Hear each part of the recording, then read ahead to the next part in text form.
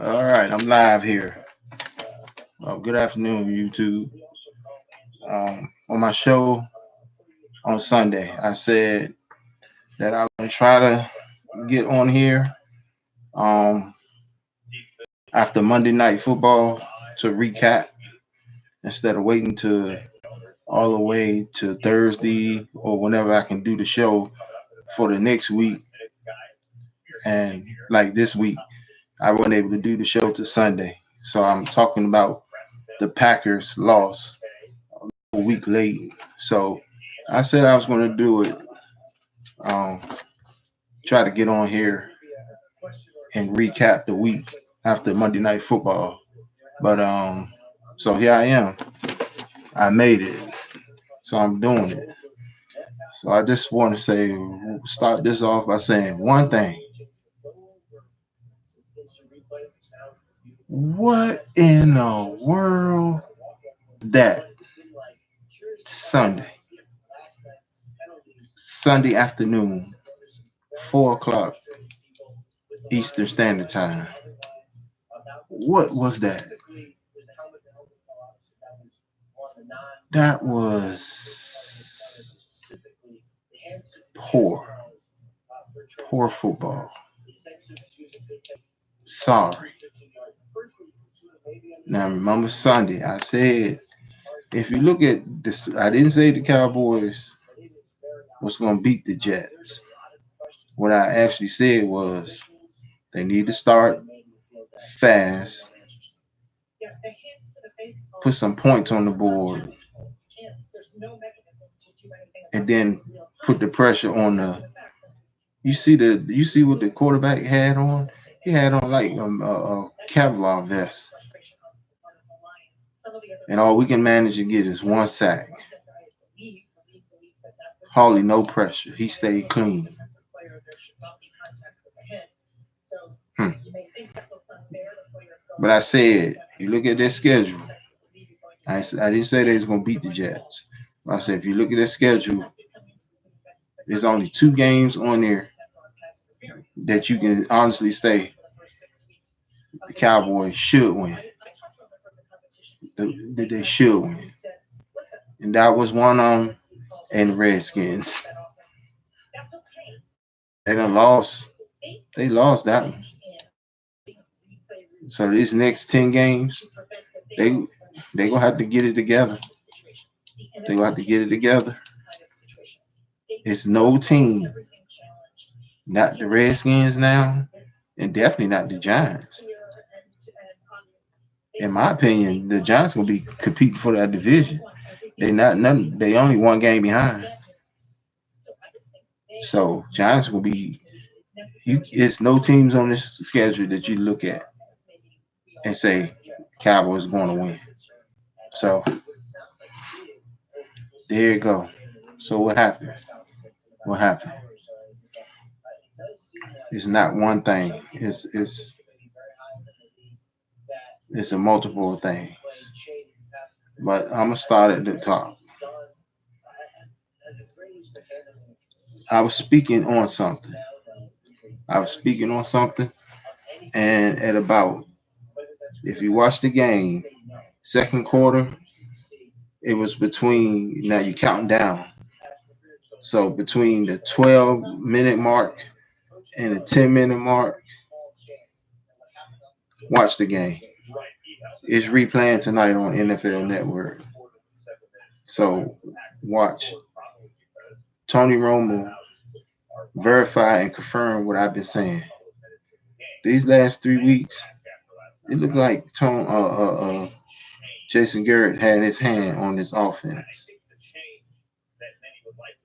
unlike the first 3 weeks.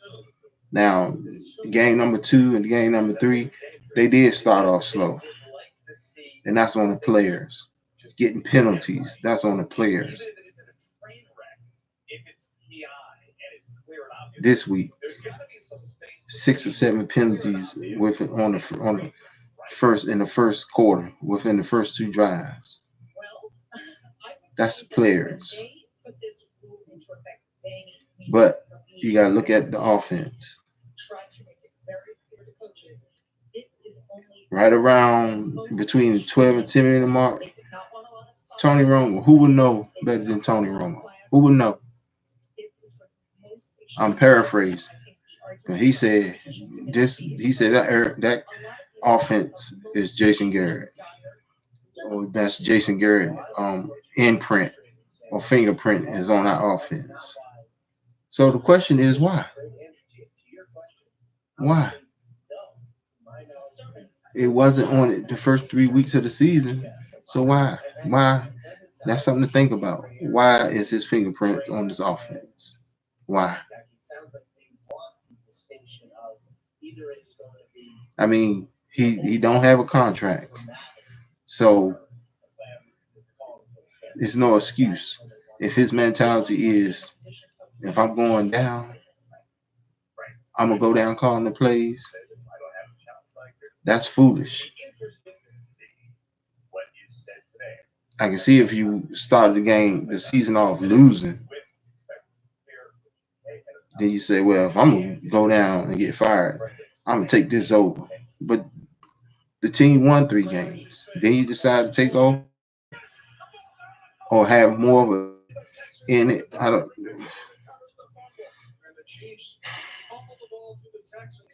That's all I got to say about this coaching right now.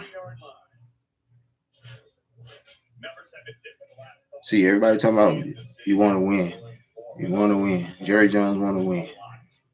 They put together a good team. They want to win. If you really want to win, everybody want to win. When the season started 6 weeks ago, everybody was even, 0-0, and now it's starting to shape out. You still got some O's in the house, some O's in the house. That means a couple of teams didn't win games yet, so they 0-5 or 0-6. So you got some O's in the house. It's starting to form out. We got a couple of 6-O's, 5-1s, but everybody had the same opportunity at the beginning of the season. So if Jerry Jones, sir, if you really think you got the squad and you got what it takes to compete this season, you know what you need to do. You know, you know what you need to do.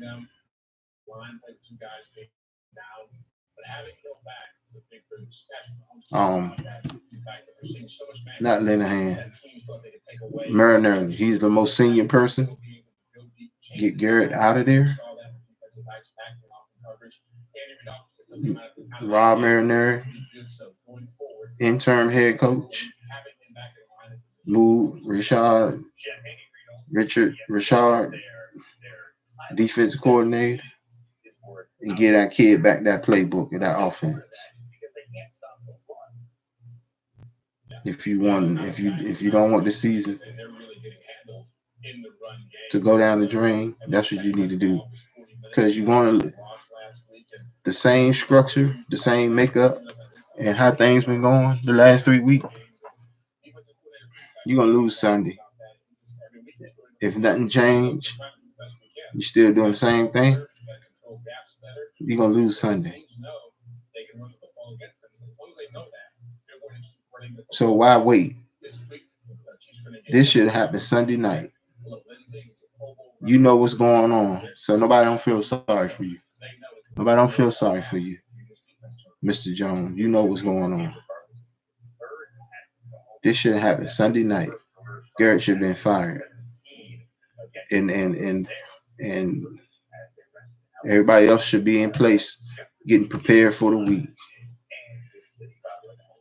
I didn't see a lot of the game because I'm a working man. I was sleeping, traveling, and work and everything. But on the TV, they showed something, and I wasn't aware of it. Then I looked at it. Defense came off the field because they drove the ball down their throat, but they got them to settle for a field goal. They gave them 24 points. When they was coming off the field, Garrett had both hands out, telling them good job or whatever, and for them to dap him up. Nobody dapped him up. Nobody touched his hands. And I was like, wow, it's something going on. There's something going on in Dallas. And it probably got something to do with that offensive play calling. And that it probably got something to do with the offense. Because everybody, the spirit and the life on that sideline is gone since after week 3. So something is going on. If you didn't see the game or you missed it and you can record it tonight or watch it tonight, watch it. He had both his hands out like this to tell the defense good job for holding him to a field goal, and nobody touched him. Nobody touched his hands. That was cold. That made me know that something was going on. So you don't want to win. You don't want to win too much.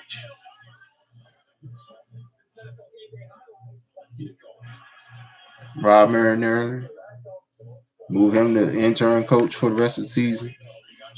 Because I think it's some suppression where Rashad ain't able to do all that he wanted to do under Marinelli. Because that defense is looking suspect now.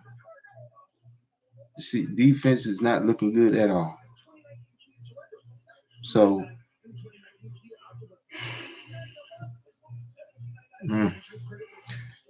they making this shape up to look like the long rest of the season. So that's the coaching. Mr. Dak Prescott.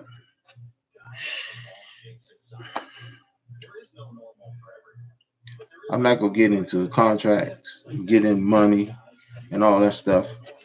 But all the talking heads on all the shows and stuff saying he should have signed that contract when he got it. His value's gone down. His value's gone down. This I'm not into that.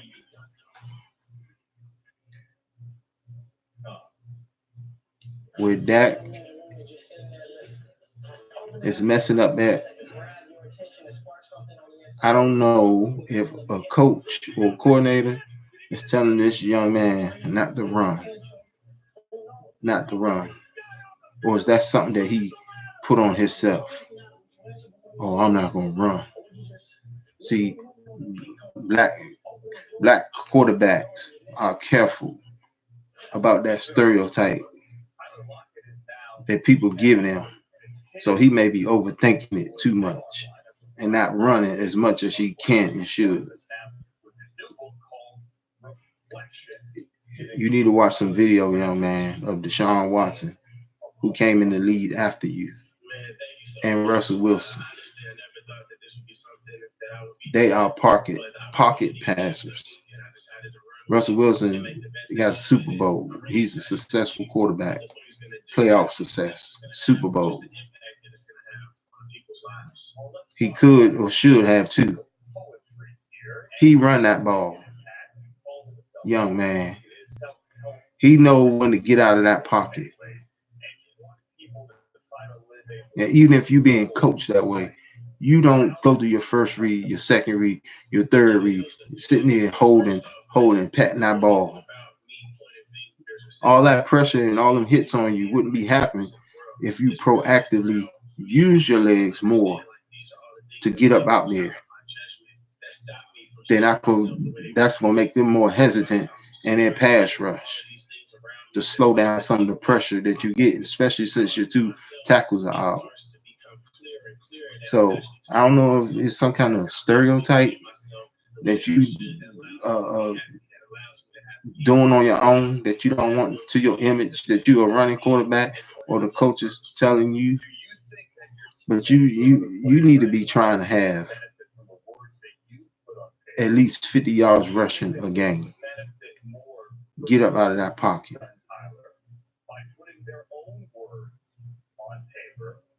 I mean, come on. Warren Moon, successful pocket passer. He got up out the pocket. Randall Cunningham, he's more known to me for his arm, that rocket arm, than his legs. But he's not gonna sit in that pocket and take no hits or or because somebody's telling him to.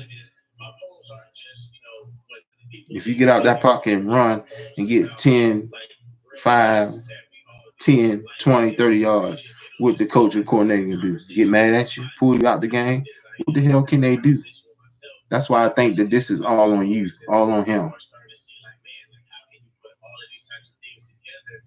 You are a quarterback seeking a big contract, and you are not doing all that you can to help your team win.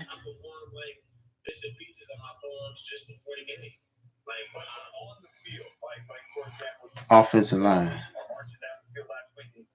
Look, nobody want to hear no excuses. No excuses. So what? You got injuries. The Packers, I think they total the year they won the Super Bowl, they had like 20 to 30 people that was injured that season. A bunch of people on IR, practice squad people coming up, they signing people. The all world corner, Charles Woodson, he got injured in the Super Bowl. Nobody don't want to hear nothing about these injuries. Pooh hoo, nobody ain't feeling sorry for you because you got no damn injuries. That's an excuse.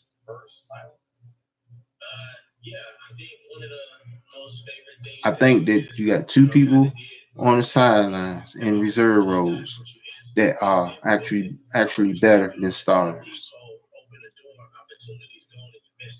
I would roll with Looney and Suafilo to be that left guard. Either one of them. Connor, he's a 10-year player in this league. If Cowboys want to sabotage his early career, that's fine. But when that contract, his first contract come up, somebody gonna get him, and they're gonna have a tackle, a successful tackle for about a decade in this league. He should be a swing tackle right now. It's nothing, like I said Sunday. It's nothing about his career in Texas playing tackle, blindside tackle. They say he's a guard. So you got people out of position.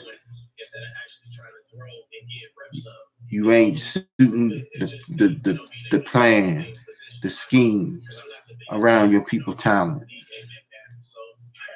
You're saying we're gonna do it this way.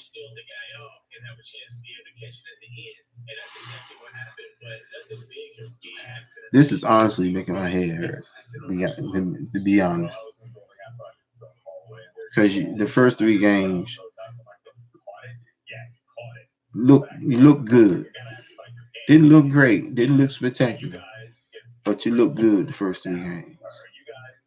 Then the last three games, you look worse. You look bad. You look worse than you look. You look you, you look better worse than you look good. That's anyway. This frustrating. So there we go. Right back where we're accustomed to, somewhere around average. So that's where we are. We're accustomed to average. Because if you take away the breakout seasons, the 13-3, the 12-4. If you take all them away, if you measure, if you go through Jason Garrett records since he's been a head coach, he can't be no more than plus 10, maybe plus 15 away from being 500. So we right back where we used to average. So there you go. There you got it. And I'm gonna say one thing real quick. I'm gonna tell you one thing real quick. Everybody talking about we might sign Cooper. Dak is possibly pending a deal. You got Zeke. You signed some more the offensive line. The core of the offensive line is signed. You got a couple of young defensive players that you ain't got to worry about for a while.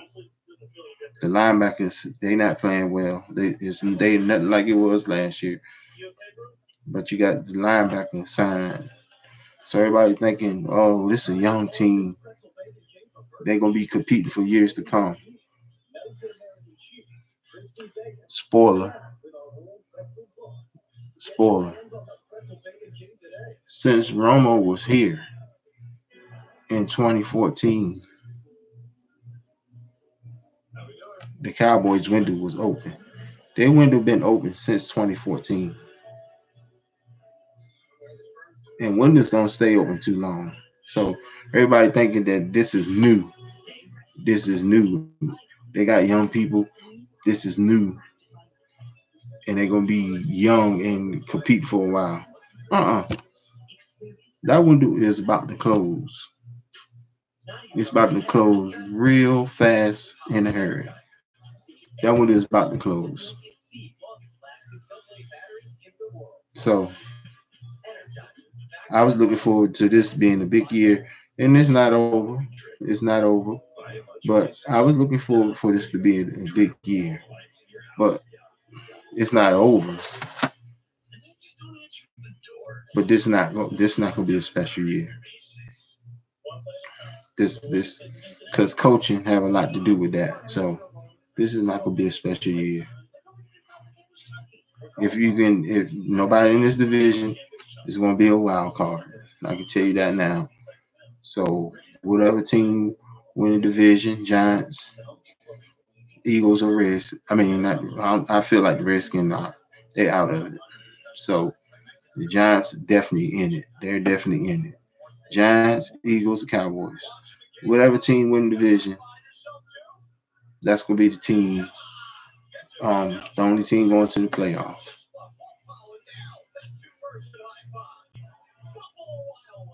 And if Dallas don't, if it's them, and the way they looked at it, I don't even want to be sound like Jim Moore. The playoffs. What do you mean playoffs? We keep playing like that, we'd be lucky if we win another game. So, and if it is the Cowboys, they have a home playoff game and lose because that's the information that they're giving us, the fans, right now. That they're not a playoff team, and if the division implode and they come out of it, they're not going nowhere to the championship game or Super Bowl anyway. They can turn a miracle can happen. They can turn things around. There's still time, but that's what they're showing us. You lose to the Jets, so why we gonna have confidence in you? So that window is closing because with your backup ain't like other teams. We thought that we was deep. We thought that we was so deep this year, but now these starters and people start getting banged up, and the people coming in, there ain't no production. So if you sign a wide receiver one and a quarterback, that's going to deplete your salary cap. So where you gonna get the players from? You gotta look. A lot of players is up this season. Malik Collins. A lot of the cornerbacks, defensive backs, Byron Jones, a lot of them people, they up this year. So there's gonna be a lot of turnover this off season, but I ain't trying to talk about the off season now. I just want to let people know that Dallas window is closing. It's been open since 2014. It's closing,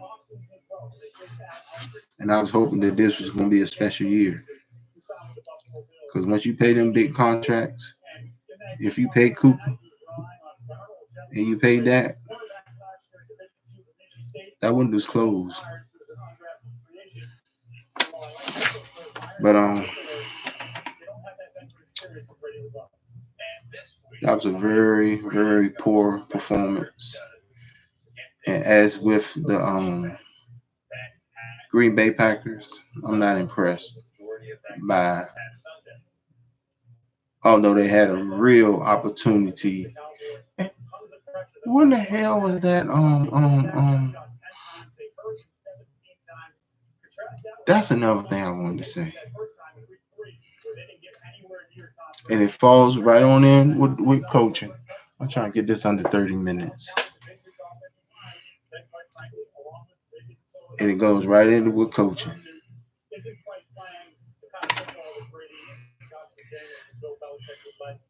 This team, do they watch? Their philosophy is they don't worry about other teams and what they do. They worry about themselves. So if you're not watching that much film on other teams,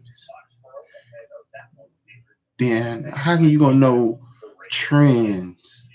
I mean, you done ran the ball 17 times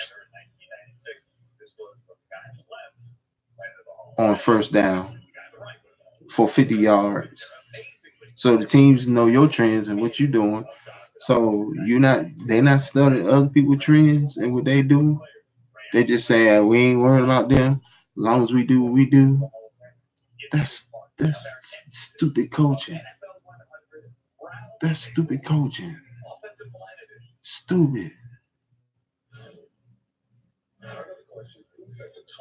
Because if you study other teams and their trends, and Greg Williams used to be in our division, you know he blitzing, and you know he was blitzing on that play. So you gonna call just a regular the drop back play when you going for the 2 point conversion? You just gonna call it regular drop back play, and they coming. See, if you study and you cared about what other teams do and know how they coming at you, so then you scheme, then perhaps you could have had like a rollout. At least with a rollout, he could have had more time.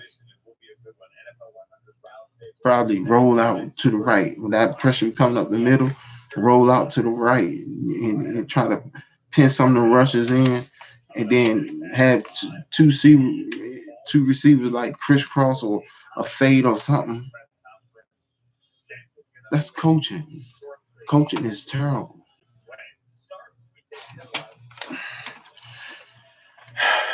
Anyway,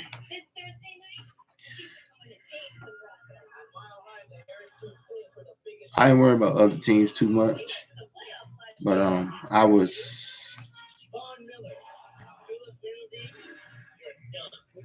2, 3, 4, 5, 6, 7, 10. I was 10-4 last week. 10-4. Pick the Cowboys. Chargers, they having problems like us. I think they done lost 2 or 3 in a row. Chiefs, they done lost 2 at home. And Rams, I think they done lost 2 or 3 in a row, 3 in a row. So that's ironic. These are the 4 teams that lost. All 4 of these teams are playoff teams from last season. That's having the Chiefs and the Cowboys. They in pretty good shape. They in pretty good shape because they leading they leading their division. But the Rams, they struggling, and they got two teams in their division over top of them, so they struggling. And then Chargers, they struggling. So 10-4. Oh, try to get be under 30 minutes with this stuff. Okay, so 10-4.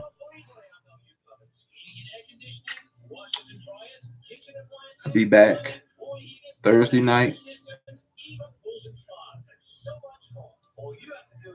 with my week 7 pick, and I'm talking about the Cowboys and what I feel they gonna have to do to try to win this game.